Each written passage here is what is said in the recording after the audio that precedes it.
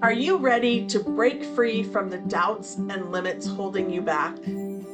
Welcome to Embrace Your Value, where therapy meets coaching to help you unlock your true worth and take control of your life. Hi, I'm Kristen, a trauma therapist dedicated to helping you heal, break old patterns, and reclaim your power.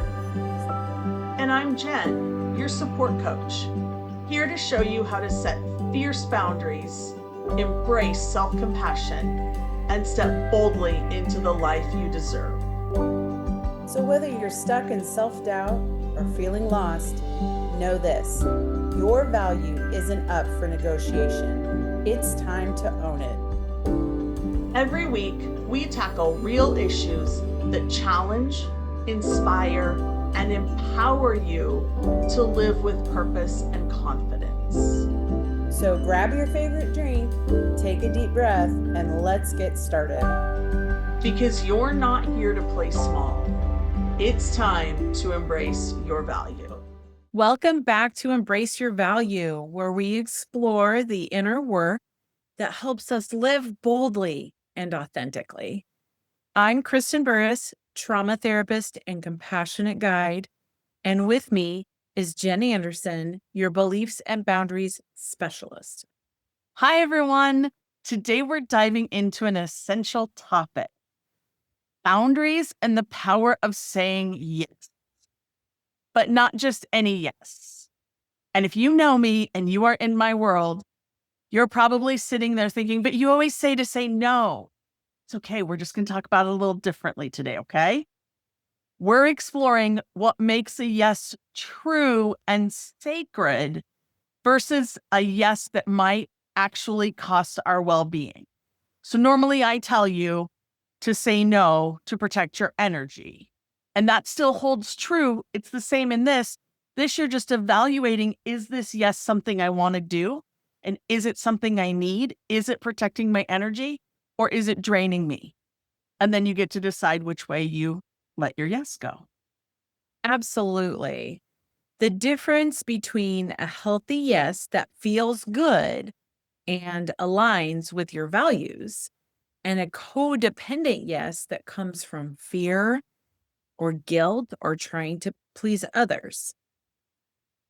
So it's a conversation that all of us need because boundaries show up in every relationship: family, friends, work, even our relationship with ourself.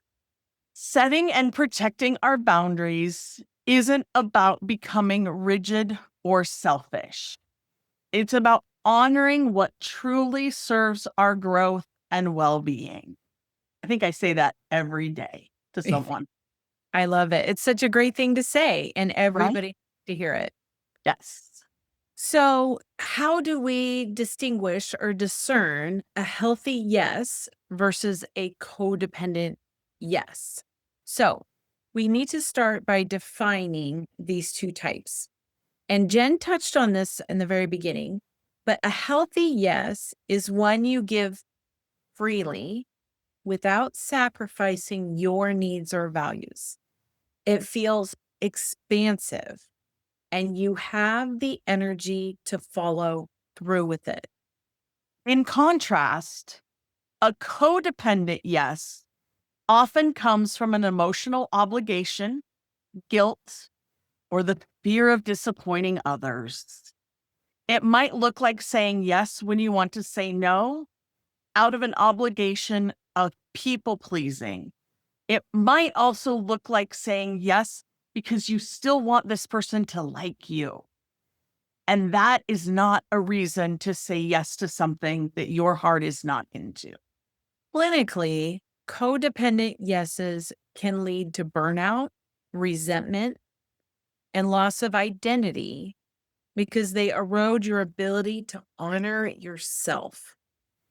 Recognizing when a yes comes from this place is the first step to reclaiming your power. Yes, I love that. So, this is something you can do as a listener. Just reflect. When you say yes, Are you alive and energized, or are you drained and resentful afterwards? That's a major clue about whether the yes is sacred or it's codependent. Let's talk about how to discern if a yes aligns with your values. So, Kristen, how do we decide if a yes truly aligns with who we are and what we value? It's a great question, and one I think that we need to ask ourselves every single time we want to say yes.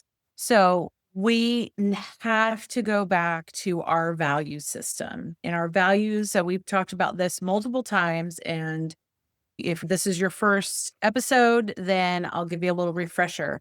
Our core values, those are the things that are most important to us in life. So it could be things like inner peace.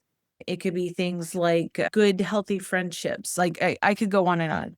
But first, you have to know what those are. And we have some episodes that you can go back and look for. I believe they're called core values, actually. I think there's two.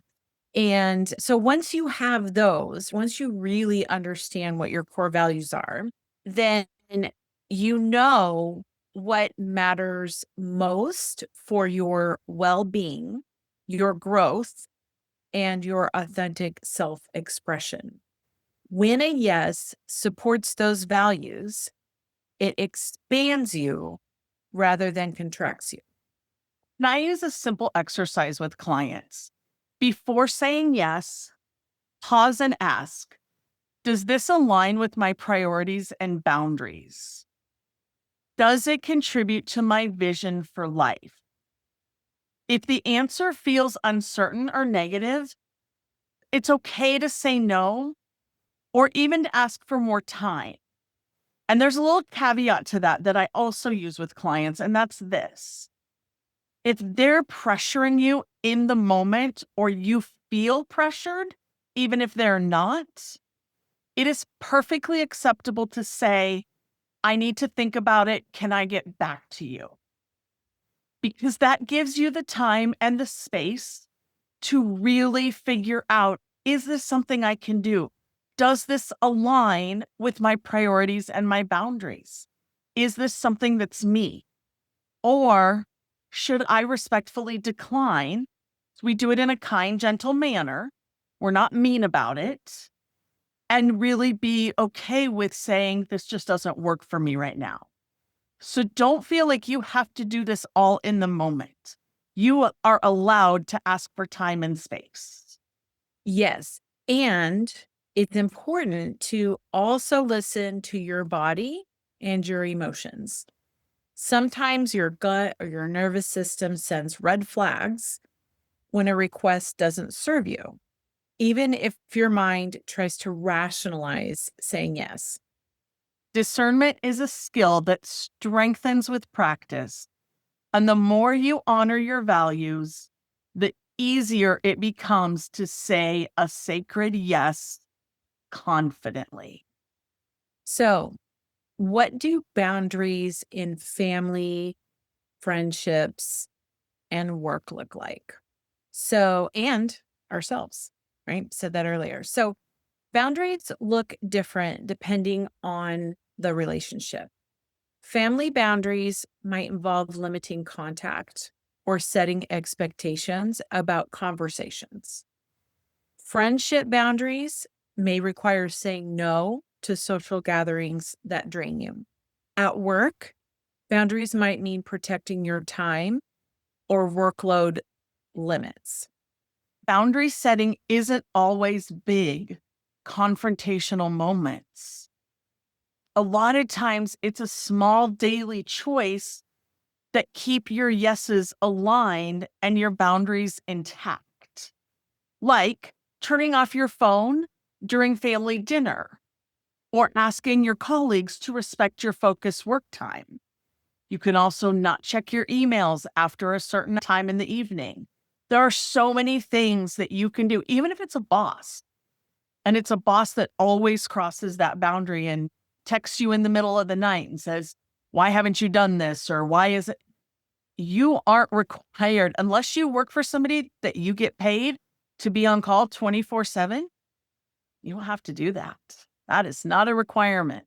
So set your boundary, and you'll have to be mean about it. I will always express that. You can still be firm and not be mean, but you are allowed to do that and to just say, hey, I will check it in the morning. And when I get in the office, I'll take a look at whatever you need me to take a look at.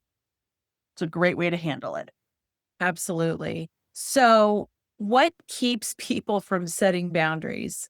I would say the number one reason is the pushback or the guilt that the others will be giving you when you set those boundaries.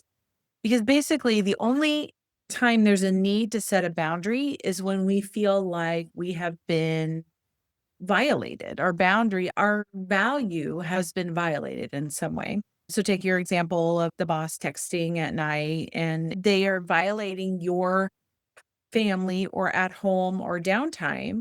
And so that's when we have to set a boundary. Well, nobody wants to hear that they've done something wrong, right?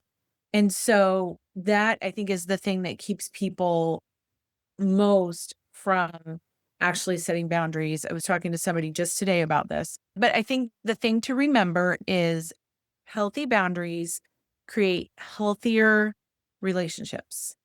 People learn to respect you more when you respect yourself. And when you respect yourself, you won't put up with this behavior from other people. And then the boundaries become easier and easier to make and keep. Yes, yes, yes, yes, yes. I was over here cheering because it's true. It's absolutely true. So listeners, notice where your boundaries feel fuzzy or weak.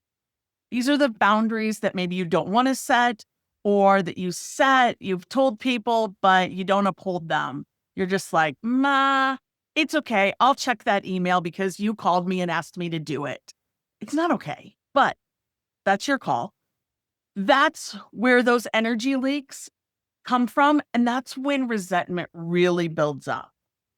So I encourage you, Kristen encourages you, we encourage you to start practicing clarity and kindness with yourself and others. Start this practice today. Start with one boundary that you can set that will really help to build more boundaries off of. One that's easy, one that you can uphold, and you can get practice with it. So then you can just build off of it. Yes. And as soon as you get a win with the boundary, then you see the effects of it and you can start gaining some momentum. So to wrap up, healthy yeses are sacred acts of self-honor, while codependent yeses cost you energy and identity.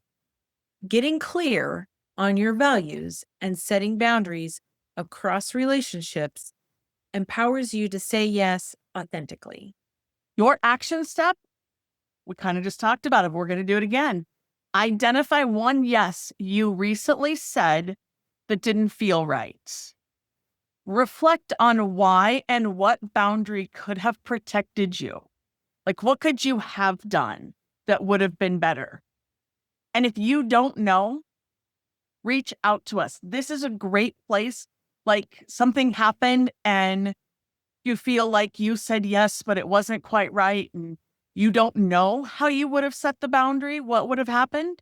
Send us an email. We'll get back to you and we'll help you come up with what that boundary could look like so that the next time it happens, you have something to fall back on. If you do know, though, then challenge yourself to set that one small boundary this week. Maybe it's saying no or asking for what you need. It could even look like looking at your calendar and where can you take something off that you maybe have already said yes to, or that isn't necessary to free up a little space for yourself and just give you back a moment to breathe. Absolutely. That's a great first step. So we'd love to hear your experiences with setting boundaries or saying sacred yeses. Your story could inspire others navigating the same journey. Thank you for embracing your value with us today. Remember, your yes is sacred. Protect it fiercely. Thank you for being here with us today. If today's episode hit home, Don't just keep it to yourself. Subscribe, leave us a review, and share this episode with someone who needs to hear it. Because everyone deserves to know their worth. Next week, we're diving even deeper with more insights and tools to help you break free from limitations and live authentically. Until then, keep raising your standards, owning your worth, and embracing your value.